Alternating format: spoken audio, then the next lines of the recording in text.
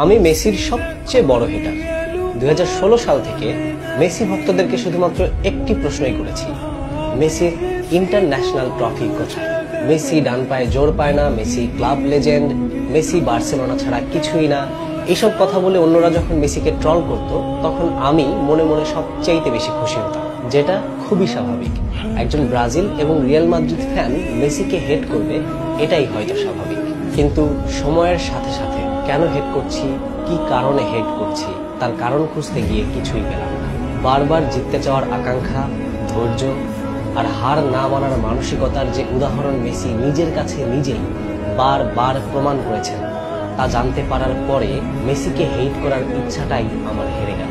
ভেবে দেখলাম পেলে কিংবা ম্যারাডোনা, পেলে এবং ম্যারাডোনা হয়েছেন বিশ্বকাপ জেতার পর, কিন্তু মেসি হওয়ার জন্য কোনো বিশ্বকাপের প্রয়োজন ছিল না। 2014 সালে বিশ্বকাপ ফাইনাল হারার পর মেসির নিজের দেশের মানুষই মেসিকে সহ্য করতে পারছিল না। পরপর 2015 এবং 2016 কোপা আমেরিকা হারার পর মেসি নিজেই হয়তো নিজেকে সহ্য করতে পারেন, আর তাই তো অবসর নিয়েছিলেন। ক্লাবের হয়ে এত উপার্জন কি আসলেই পেরেছিল মেসির ক্ষুধা মেটাতে? আসলে কি পেরেছিল মেসিকে সত্যিকারের জয়ের আনন্দ দিতে? 7টি ব্যালন ডিওর, 6টি গোল্ডেন বুট, 5টি প্লে মেকার অ্যাওয়ার্ড, 1টি অলিম্পিক গোল্ড মেডেল, 4টি ইউসিএল ট্রফি, এই এত অ্যাচিভমেন্টের কোনোটাই কি পেরেছিল মেসিকে একটু শান্ত রাখতে? আর 5টি সাধারণ মানুষ হলে হয়তো সেখানেই থেমে যেতেন, সেখানেই হেরে যেতেন। কিন্তু মেসি তো আর 5টা মানুষের মতো নন। মেসি আবারও অবসর থেকে ফিরলেন, হ্যাট্রিক করে ধুঁকতে থাকা আর্জেন্টিনাকে নিয়ে গেলেন রাশিয়া ওয়ার্ল্ড কাপে।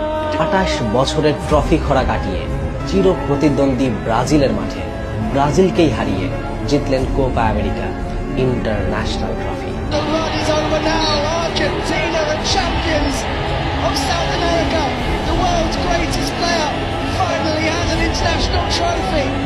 ইউরোপের চ্যাম্পিয়ন ইটালিকে হারিয়ে জিতলেন ফিনালিসিমো।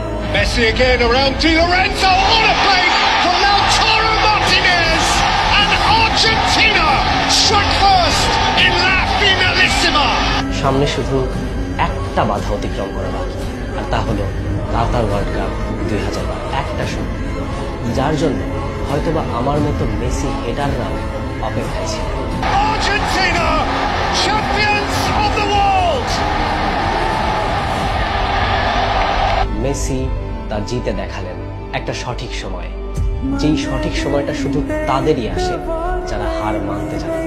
এক এমন শিক্ষা যা মেসি আমাদেরকে শিখালেন, যেই শিক্ষা হয়তোবা পাঠ্যপুস্তকের বইয়ে নেই, যেই শিক্ষা আমাদের সবার জীবনে প্রয়োজন। বারবার হারতে কিভাবে জিততে হয়, জিতে কিভাবে নিজের কাছে নিজেকে প্রমাণ করতে হয়, কিভাবে শেষ পর্যন্ত লড়াই করতে হয়। এই শিক্ষাগুলো যদি আমরা মেসির কাছ থেকে না শিখে থাকি, তাহলে কি শিখলাম? আর এমন মানুষকে কি আসলেই হেট করা যায়?